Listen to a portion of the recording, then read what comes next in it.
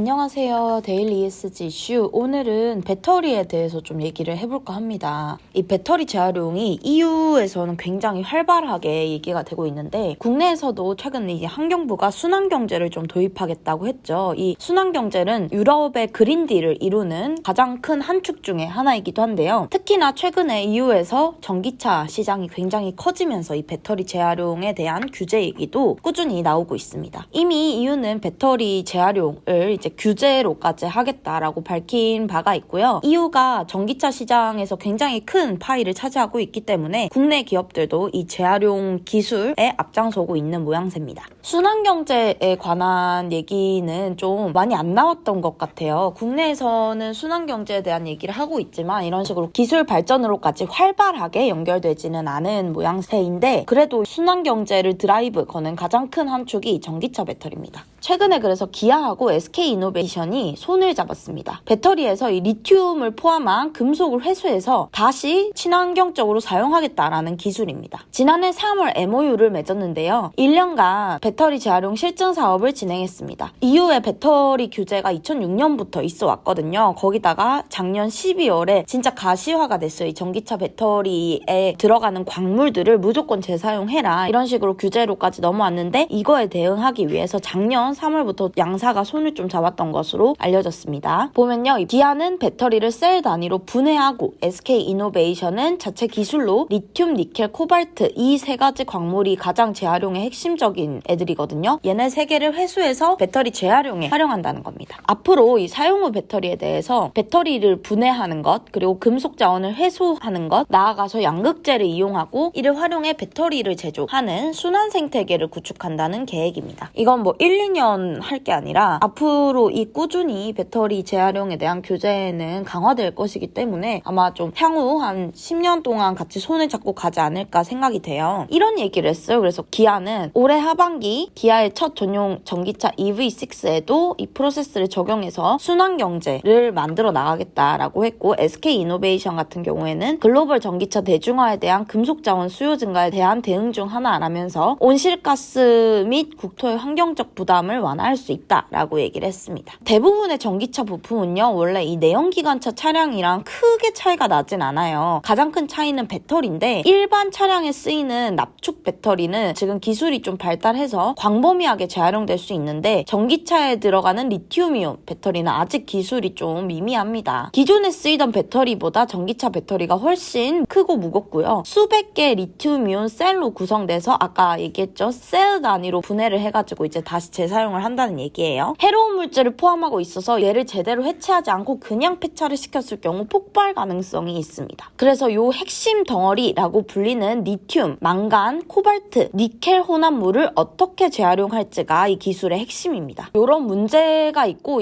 특히나 이 코발트, 리튬, 니켈 요것들은 심해 광물이라고 해가지고 그걸 캐는 데 있어서도 인권 침해의 문제가 있는 좀 위험한 자원이에요. 전기차는 계속 상용화될 건데 이거를 계속 채굴의 양을 늘릴 수가 없거든요. 이거는 글로벌 공급망적인 문제로도 심해 광물에 대한 인권 침해 문제가 계속돼서 대두되고 있기 때문에 ESG 중 S도 지키고 E도 지키는 항목에 해당하는 기술입니다. 그래서 EU가 최근에 이 수명을 다한 배터리가 그냥 버려지지 않도록 책임을 부여하는 방안을 제안했어요. 이제 규제로까지 이어지면서 전기차 제조사들은 이를 위한 방안 마련에 착수하고 있습니다. 닛산의 경우 자사 차량 리프의 배터리를 재활용하고 있고 폭스바겐도 굉장히 선두에 서서 재활용 공장을 아예 열기도 했어요. 매년 배터리 3,600개를 재활용해가지고 코발트, 니켈, 리튬, 망간 같은 요 중요한 혼합 물질들을 재활용하는 데 앞장서겠다라고 밝혔습니다. 르노 역시 모든 전기차 배터리를 재활용하고 있는데 매년 수백 개 정도예요. 근데 팔리는 거는 수백 대를 훨씬 넘는데 재활용하고 있는 건 아직 수백 개이긴 합니다. 더욱더 이 개수를 늘려가야겠죠. 그래서 이 르노가 프랑스 폐기물 관리 회사와 벨기에 화학약품 회사 솔베이 등과 손잡기도 했어요. 국내에서도 왜 큰 기업들이 M&A를 맺는데 폐기물 이런 거에 대한 관심이 높다고 하잖아요. 이런 식으로 순환경제의 한 축이 이 폐기물 재활용이기 때문에 앞으로 M&A에서 전기차 업체 외에도 각 분야에서 폐기물 재활용에 대한 이슈는 굉장히 부각될 것으로 보입니다. 그래서 이후에 배터리 규제안을 한번 살펴볼게요. 어떤 게 있냐면요. 첫 번째, EU 시장에 출시된 배터리는 오염자 부담 원칙을 적용해서 이 유럽 그린딜의 가장 핵심적인 골자 중 하나를 이루고 있습니다. 그래서 핵심은 두 가지 정도로 볼 수 있어요. 2024년부터 지금 이제 4년 정도 남았죠. 제품을 생산하고 소비하는 전체 과정에서 탄소 총량인 탄소 발자국을 공개해야 합니다. 그리고 두 번째는 일정 부분 이상 재활용 원료를 사용해라는 건데요. 2030년부터 배터리에 사용하는 코발트는 12%, 리튬 4%, 니켈 4% 이상을 반드시 재활용된 원료만을 사용해야 해요. 지금부터 기술 개발을 하지 않으면 약 10년 정도 남았죠. 이 10년 안에 무조건 재활용된 배터리 원료를 사용해야 되기 때문에 지금 기술 개발에 박차를 가하고 있는 상황인 겁니다. 이 재활용 비율을 높이기 위해서 폐배터리 수거율도 높일 계획인데 이거는 국내 환경부에서도 조금씩 진행을 하고 있어요. 근데 아직 전기차 판매 그리고 폐차 시점이 그렇게 다다르지 않았기 때문에 국내에서는 활발하지 않은데 EU 같은 경우에는 거의 대부분이 전기차일 정도로 상용화가 돼 있거든요. 그래서 지금 수거율이 약 45% 정도가 된다고 합니다. 이를 이제 65%, 70%로 높여서 재활용될 수 있는 기반을 마련한다는 방침입니다. 여기서 제가 핵심으로 집었던 이유가 이 탄소 발자국을 공개한다는 거잖아요. 이 탄소 발자국이 2024년부터 배터리와 관련해서 공개를 해라라고 했는데 탄소 발자국이란 게 배터리라는 분야에서만 쏙쏙 뽑아낼 수 있는 게 아니에요. 배터리를 만들어내다 보면 다른 공장들과도 연결이 돼 있고 이 전체 생산 과정에 탄소 발자국을 집계할 수밖에 없거든요. 이런 식으로 탄소 배출에 대한 이게 탄소 발자국이란 게 결국 스콥 1, 2는 기본이고 스콥 3까지 포함을 해야 되는 개념이거든요. 그래서 배터리 부분에서 탄소 발자국을 공개해라라고 요구를 하면서 전체 생산 공정에서 스콥 1, 2, 3까지 관리할 수 있는 일석이조의 효과를 얻을 수 있는 거고 국내 기업 같은 경우에는 그럼 어디가 영향을 받겠어요? 일단 기아랑 직접적으로 차를 만드는 현대차가 영향을 직접적으로 받겠죠. 거기다가 여기에 배터리를 납품하는 SK이노베이션이나 LG화학 같은 배터리 제조사들도 영향을 받겠습니다. 그렇다면 탄소 발자국을 하기 위해서 이 둘에 그치지 않고 뭐예요? 얘네에게 또 납품을 하는 중소기업들까지도 이제 스콥 1, 2, 3를 내라라는 요청에 직면할 수 있을 것 같아요. 이 EU에서 시작된 규제가 국내 중소기업에까지 영향을 미칠 수 있는 규제라는 거죠. 요게 이제 정말 단적으로 우리가 막 탄소 국경세라든지 탄소가 이제 무역장벽이 된다 뭐 이런 얘기를 하잖아요. 이런 얘기가 어떤 식으로 해외의 규제가 한국의 중소기업에까지 영향을 미치는지 좀 나비 효과를 잘 살펴볼 수 있는 예시 중에 하나로 이 배터리를 들 수가 있겠습니다. 이 배터리 주를 사실 때 앞으로 좀 더 눈여겨보셔야 할 게 정말 배터리를 뭔가 잘 만드냐 말고 재활용을 얼마 정도를 잘 하냐에 대해서도 눈여겨보실 수 있는 포인트 중 하나가 아닐까라고 생각을 하면서 오늘 데일리 이슈 여기까지 소개해드리겠습니다.